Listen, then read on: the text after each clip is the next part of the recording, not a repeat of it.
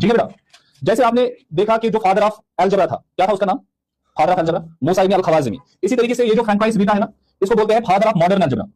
Father of modern algebra इसी को बोलते हैं, फादर ऑफ मॉडर्न अलजेब्रा इसको बोलते हैं। ये मैथमेटिशियन कब था? ये था during 16th century.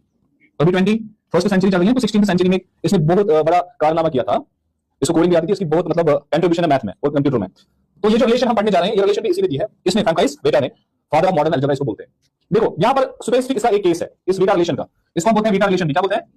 Beta relation. लेकिन ये इसका एक स्पेशल केस है जो हमारे सिलेबस में है, वो एक स्पेशल केस है। क्वाड्रेटिक पॉलिनोमियल के जो जीरोस होते हैं, उनके कोएफिशिएंट्स होते हैं, उनके दरमियान जो रिलेशनशिप है, यहाँ हमें डील करना है सिर्फ क्वाड्रेटिक पॉलिनोमियल्स के साथ। इनके साथ हमें देखना है क्वाड्रेटिक पॉलिनोमियल के जीरोस और कोएफिशिएंट्स के दरमियान क्या रिलेशनशिप होती है। ये इस बीटा रिलेशन का क्या है? एक स्पेशल केस है, एक स्पेशल केस है। वो क्या है बेटा? देखिए याद रखिए, अगर हम यहाँ पर क्वाड्रेटिक पॉलिनोमियल लिखेंगे ax square plus bx plus c, इस दिस क्वाड्रेटिक पॉलिनोमियल है। क्वाड्रेटिक पॉलिनोमियल क्यों? क्योंकि इस पॉलिनोमियल की डिग्री 2 है। इसके कितने जीरोस होंगे अभी हमें नहीं पता, क्योंकि जनरल इक्वेशन में हमें नहीं पता इसके दो जीरोस क्या है।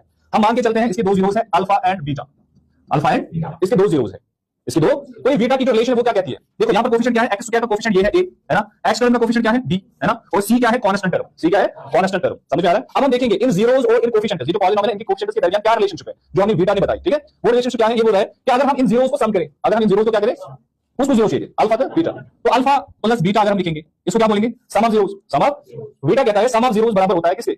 Minus b by a, minus b by. अब ये माइनस b क्या है? ये अब देखिए b क्या है? b है इस x टर्म का कोएफिशिएंट।